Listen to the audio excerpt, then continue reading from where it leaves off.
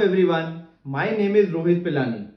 दोस्तों, आज मैं आपको पहले एक कहानी सुनाना चाहता हूं and after that we will do analysis of that story.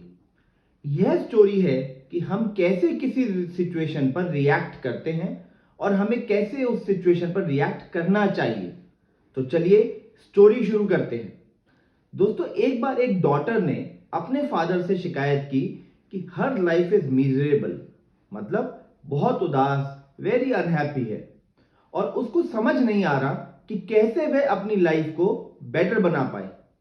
वो हर समय किसी ना किसी सिचुएशन से लड़ती रहती है and most of the times she struggle in that situation. उसको लगता है कि उसकी लाइफ से एक प्रॉब्लम खत्म होती नहीं कि अगली प्रॉब्लम पहले आ जाती है। उसके फादर शेफ थे और वो अपनी बेटी को किचन में ले गए। उन्होंने 3 पॉट्स में पानी भरा और तीनों को आग लगा के गैस पर रख दिया। जब तीनों ही पॉट्स में पानी उबलना शुरू हो गया, उन्होंने एक पॉट में कुछ पोटैटोज डाल दिए, सेकंड में कुछ एग्स एंड थर्ड में कॉफी बीन्स। फिर वो अपनी बेटी को कुछ बोले बिना वहीं बैठ गए और तीनों पॉट में पानी को उबलने दिया। उनकी डॉटर भी वहीं खड़े हुए यह सब देख रही थी और सोच रही थी कि उसके फादर यह सब क्या कर रहे हैं। लगभग 20 मिनट के बाद फादर ने तीनों बर्नर्स बंद कर दिए। फिर उन्होंने पोटैटोज को निकालकर एक बाउल में रख दिया, एग्स को निकालकर एक दूसरे बाउल में रख दिया और उन्होंने कॉफी को निकालकर एक कप में डाल दिया।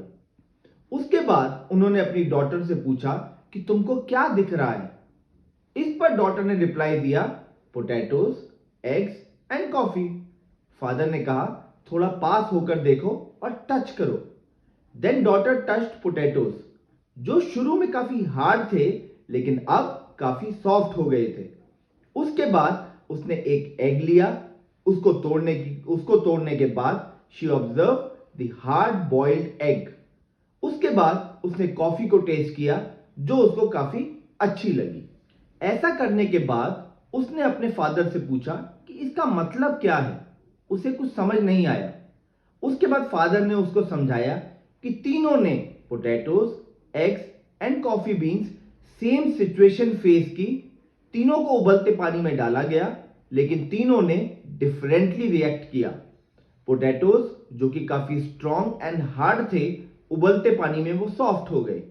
एग्स, जिसका आउटर काफी थिन था और वो अंदर भरे हुए लिक्विड को बचा रहे थे, उबलते पानी में वो हार्ड हो गए और अंदर का लिक्विड भी हार्ड हो गया।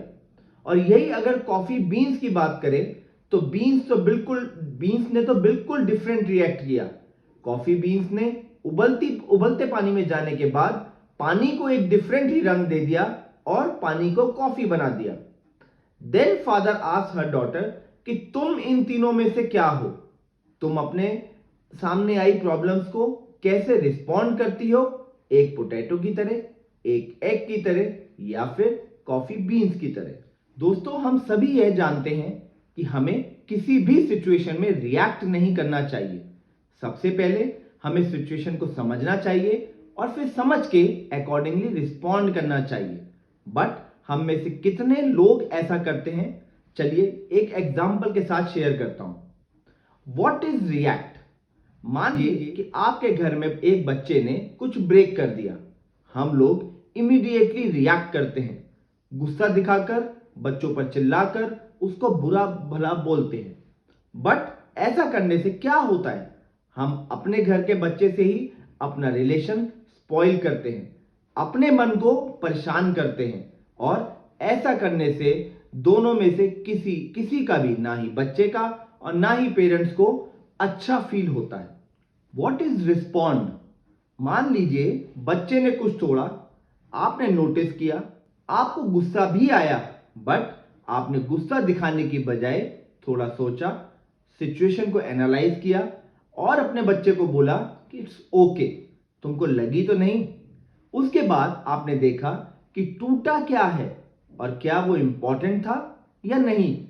अगर इंपॉर्टेंट था भी तो कोई बात नहीं, उस चीज के बगैर भी जिंदगी बिताई जा सकती है। और उसके बाद you should help your child in cleaning और उसको बताएं कि कोई बात नहीं बेटा, गलती हो जाती है, बट आगे से ध्यान रखना कि ये दोबारा ना हो, और उसको गले लगा ले। दोस्तों, life is 10% what happens to you and 90% how you react to it. आपका एटीट्यूड आपकी लाइफ की तरफ क्या है, यह सबसे इंपॉर्टेंट है। हम रोज सुबह उठते हैं और रोज हमारे पास चॉइस होती है कि आज हम अपना एटीट्यूड कैसा रखेंगे। हमारा एटीट्यूड ही हमारी फीलिंग्स को बताता है, हमारी सोच को चेंज करता है, एंड मोर ओवर हम किसी सिचुएशन में कैसा बिहेव करते हैं, यह भी हमारा एटीट्यूड ही डिसाइड करवाता है।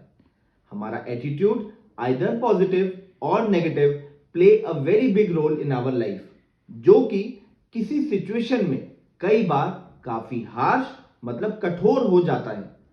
यह सभी के साथ होता है दोस्तों, मगर कुछ लोग कठोर हो जाने के बाद भी डिसीजंस कठोर ले लेते हैं, जिसके लिए उन्हें बाद में पछताना पड़ता है।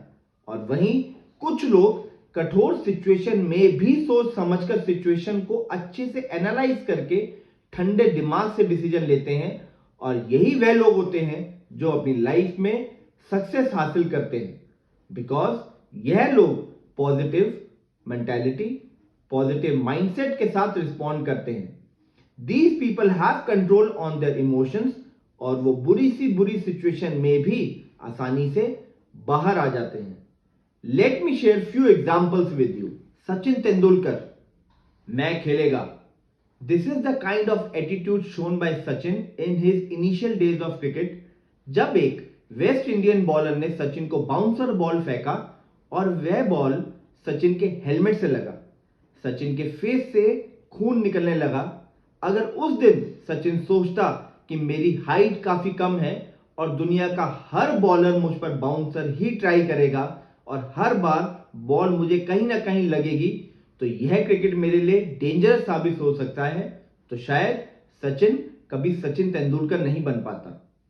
दोस्तों, अमिताभ बच्चन साहब के शुरुआती दिनों में उनको असफलता का सामना करना पड़ा था, जब ऑल इंडिया एफएम रेडियो यह बताते हुए बच्चन साहब को रिजेक्ट कर दिया कि उनकी आवाज बहुत भारी है and this voice is not suitable for FM.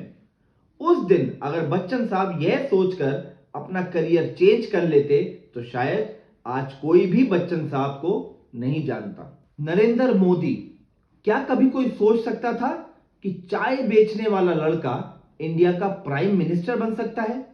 यह मोदी जी का एटीट्यूड था कुछ कर दिखाने का, जिसकी वजह से आज मोदी जी वर्ल्ड की बिगेस्ट डेमोक्रेटिक कंट्री इंडिया के प्राइम मिनिस्टर हैं।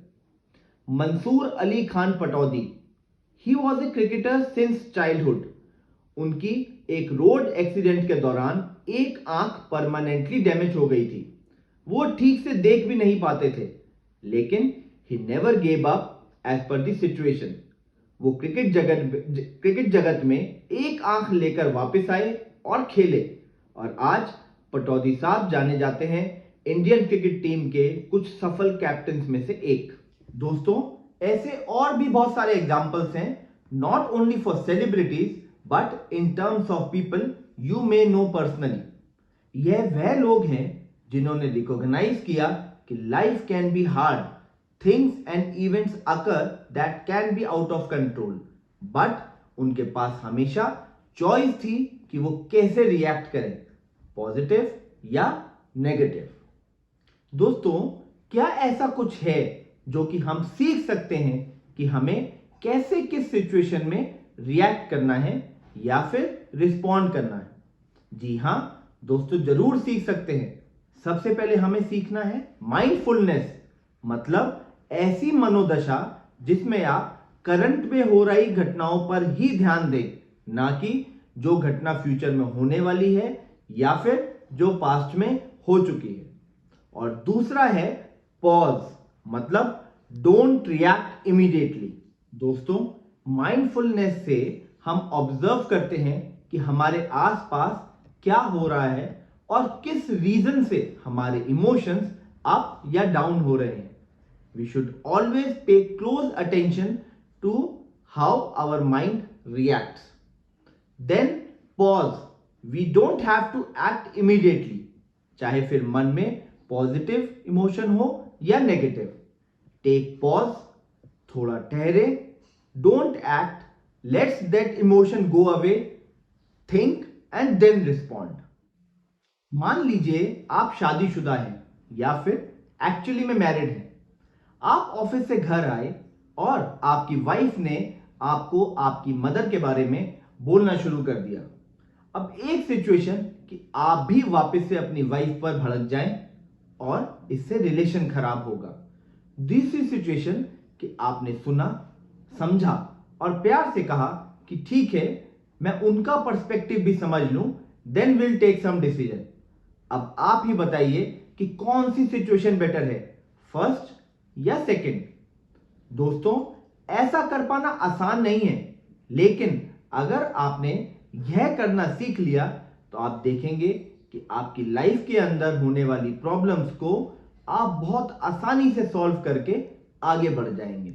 मान लीजिए आप ऑफिस में काम करते हैं और आपके कलीग ने आपके बॉस से जाकर आपकी शिकायत कर दी और बॉस ने आपको गुस्सा किया।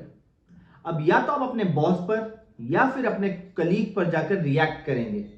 अगर ऐसा किया तो सिचुएशन में नुकसान सिर्फ आपका ही होगा, या फिर डांट खाने के बाद सिचुएशन को समझते हुए आपने अपने बॉस के पास वापस जाकर उनको अपना पर्सपेक्टिव या अपनी बात बताई। तो ऐसा करने से आपका कुछ नुकसान नहीं होगा, बट ये हो सकता है कि बॉस को आपकी बात समझ में आए और बॉस आपके कलीग को जाकर गुस्सा करे, तो फिर नुकसान आपके कलीग का भी हो सकता है। दोस्तों, शुरू में हम सभी रिएक्ट करते हैं, but once you start responding with mind and pause, आप देखेंगे कि आप सिचुएशन को अच्छे से हैंडल कर पाएंगे। और कोशिश करिए समझने को उस पॉइंट को जिसने आपको रिएक्ट करने पर मजबूर किया, और ऐसे पॉइंट को अवॉइड कीजिए कि वो नेक्स्ट टाइम आए ही ना। फाइनली मैं यह कहूंगा कि अगर लोग इस सच्चाई को एक्सेप्ट कर लें कि जो हुआ अच्छा हुआ, और अगर बुरा हुआ तो वो आपके रिएक्ट करने के कारण ही बुरा हुआ। बहुत से लोग सिर्फ रिएक्ट करने के कारण अपना करियर, फैमिली, हेल्थ, फ्यूचर सब खराब कर लेते हैं, और वहीं कुछ लोग बुरी कंडीशन में भी पॉजिटिवली रिएक्ट करके चीजों को वापस से ठीक कर लेते हैं। ऐसे ही लोग लाइफ में बहुत सक्सेसफुल हो जाते हैं दोस्तों। And the last thing is, the hard and simple truth is that it is not what happens to you, but what you do about it that makes the difference in your life. दोस्तों, thank you very much video को and तक देखने के लिए। अगर आपने video को enjoy किया हो तो लाइक का बटन प्रेस कर दीजिएगा, और इस वीडियो का लिंक अपने फैमिली एंड फ्रेंड्स के साथ भी शेयर कर दीजिएगा। मेरे साथ फ्यूचर में बने रहने के लिए and learn to earn more, please subscribe my YouTube channel. Thank you very much.